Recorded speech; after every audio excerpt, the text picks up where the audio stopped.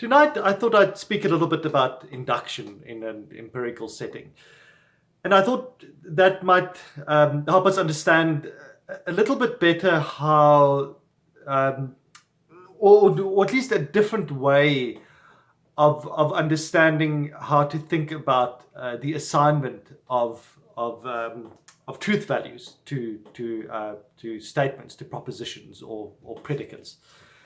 Um, so the most famous way of thinking about this probably is the whole idea of the black swan. So the old story goes that there was a theory that all swans are white, and so we can state that logically in the form of, if it is a swan, it is white. So this is a great example of that idea of the constant conjunction. That if we see something that is not that's a swan, that we say this is a swan is true of, and it's not white, then that statement would be false. And of course, famously, that the reason why the story is famous is because that used to be, well, and at least the story goes that used to be the theory of swans, that all swans are white. And when Australia was discovered, they discovered a species of swans which were black. So they kind of ruined that theory. But it's a great example of how we must be careful with inductive claims, because the claim all swans are white is something that requires you to have seen all swans. So you can gather evidence to support the claim that all swans are white by looking at each swan that you have access to. But no amount of looking at swans that you have access to can ever prove that conjunction is constant, because you haven't seen all swans. And so this is just a great example. And there's no way to know when you've come to some certain number of swans that this is now the last swan that there is.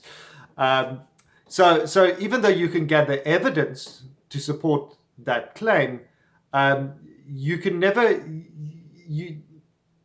become certain of that constant conjunction.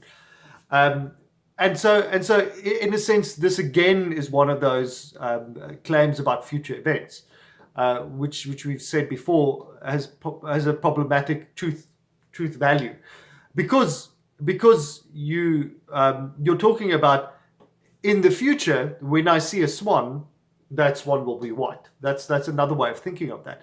So it really is a claim about a future event, a future conditional. But there's another sort of similar sort of story, Hempel's paradox, the raven paradox, and in this one it's a little bit different, and this will just help us understand a bit of a different way of getting out of this mess, essentially. So the raven paradox goes that, and it's not really a paradox. It just maybe is a way of thinking about things that helps us understand why logic doesn't always function the way language does, the way we normally think about things. So it goes basically that the claim all ravens are black. How do we gather evidence to support that claim? Well, we look at ravens, and every time we see a black raven, or every time we see a raven and it's black, that supports the claim. That's evidence in favor of the claim that all ravens are black. So again, as we've seen with the white swan, no amount of seeing black ravens can ever prove that all ravens are black. But every time we see a black raven, we add a little bit of certainty, and we well, not certainty, but add a little bit of evidence to the pile that we already had, that all ravens are black. But now, one of the things with logic is that we can reframe that by saying that the statement all ravens are black can be reframed as saying all non-black things are non-ravens. So if it is not black, it is not a raven. Because our conditional was saying, if it is a raven, it must be black. So if it's not black, it can't be a raven. So it's the same statement, just stated other way around. And the reason why this is sort of thought of as a paradox is because what that implies then is every time we see a non-black thing, that should add to our evidence that all ravens are black, which is kind of a strange way of putting it, because we don't normally, if one thinks about the white swan thing, now instead of every time we see a white swan, it adds credence to our claim that all swans are white. Now when we see a green apple, that also adds credence to the idea that all swans are white. And similarly with the ravens, every time we see a pink elephant, that lends extra evidence to the idea that all ravens are black. Again, this isn't really a paradox. This is just logic. This is just how logic works. And when you put it that way, it makes it kind of clear how weak really the whole notion of positive evidence for a claim really is. Because normally we think of repeated observation as sort of strengthening a claim, but when we put it that way around, it becomes quite clear that the strength of repeated observation really is a function of how the world is set up.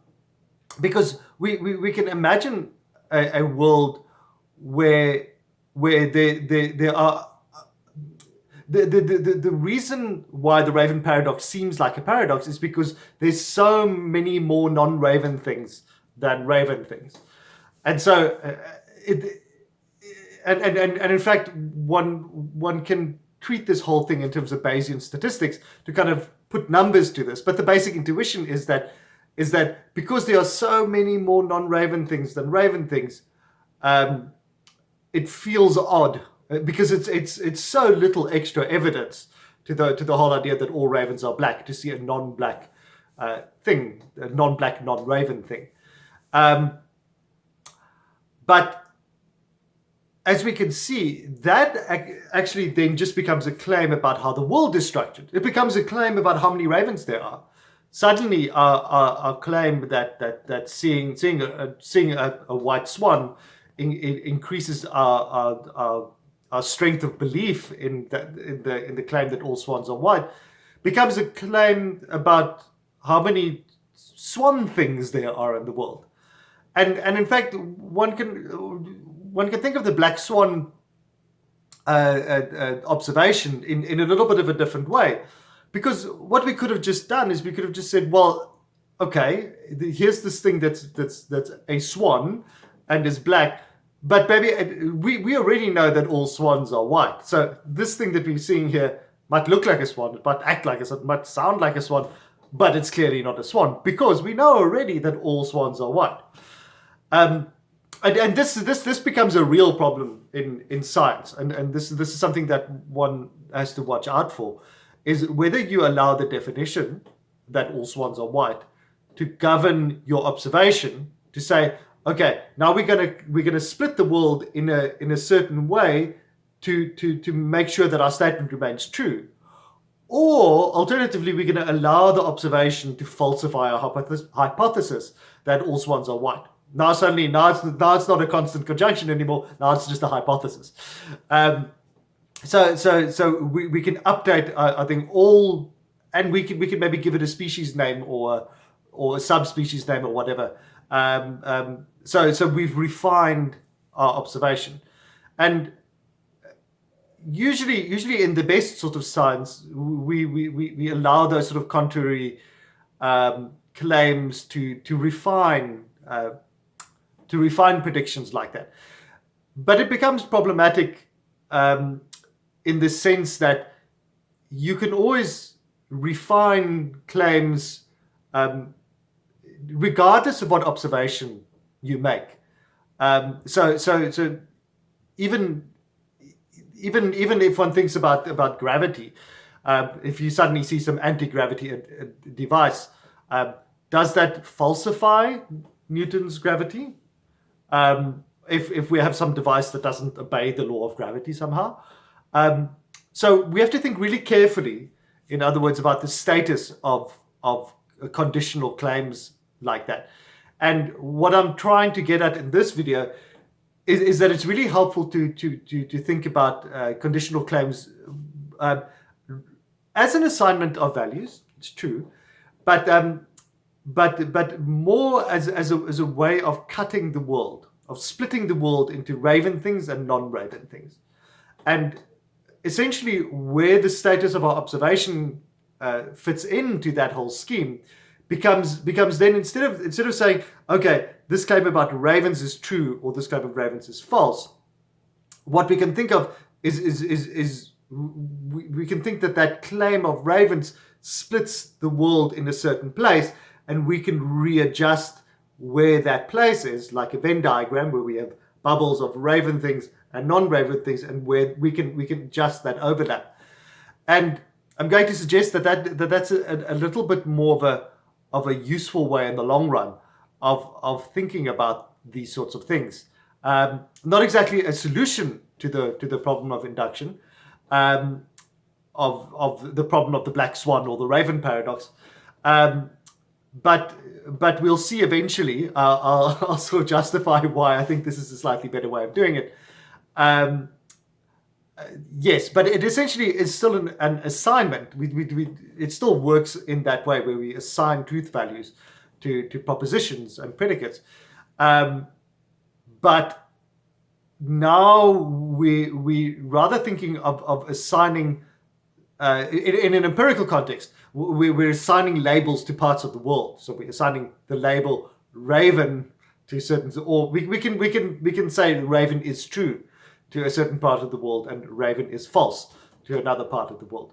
So that's one way of I should say attacking the whole empirical question.